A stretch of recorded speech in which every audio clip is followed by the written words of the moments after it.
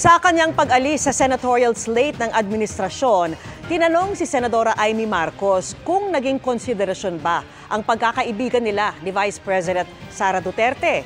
May handa rin daw siyang gawin kung imbitahan ng Pangulo.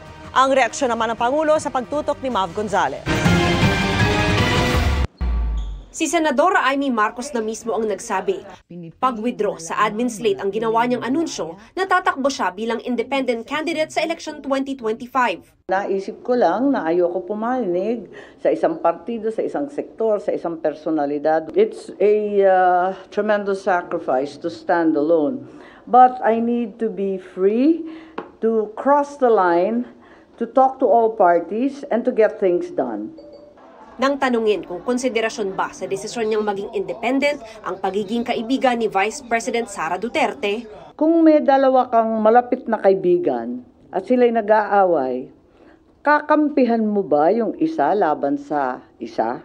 Siyempre, ang gusto mong mangyari, pagbatiin sila, magkausap sila, at ikaw na ang magiging daan para doon.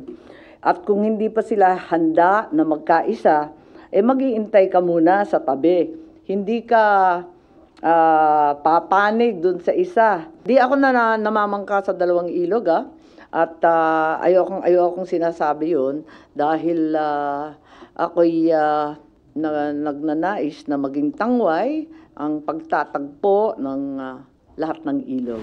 Hindi pa raw niya nakakausap ang bise at kapatid na si Pangulong Bongbong Marcos.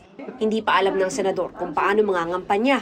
Unang beses daw niyang maging independent candidate. Pero bukas daw siyang pumunta sa kampanya ng administrasyon kung imbitahin siya ng Pangulo.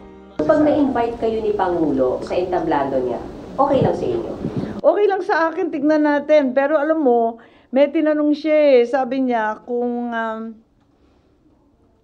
bahagi ka ng alyansa, babanatan mo ba ako? Di sabi ko, nagpaabot din ako ng message.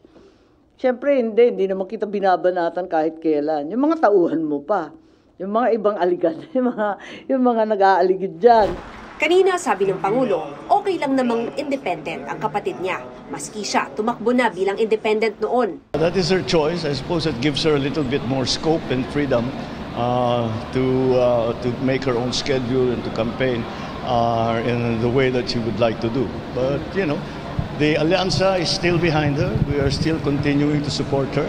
And if down the road she chooses to join us in our campaign sorties, she is of course very welcome. Miyembro si Senator Amy ng Nationalista Party na bahagi ng alyansa para sa bagong Pilipinas. Makikipag-usap pa raw siya sa partido kung kailangan niyang magbitiw.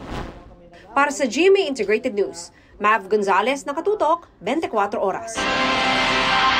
Nag-anunsyo ng kanyang kandidatura sa pagkasenador ang cardiologist na si Dr. Willie Ong. Sinabi niya yan sa isang Facebook Live mula po sa Singapore kung saan siya ginagamot dahil sa sakit na sarcoma, isang pambihirang uri ng cancer. Ayon kay Ong, tatakbo siya bilang independent candidate. Asawa raw niya ang maghahain ng kanyang COC o Certificate of Candidacy sa araw ng Martes.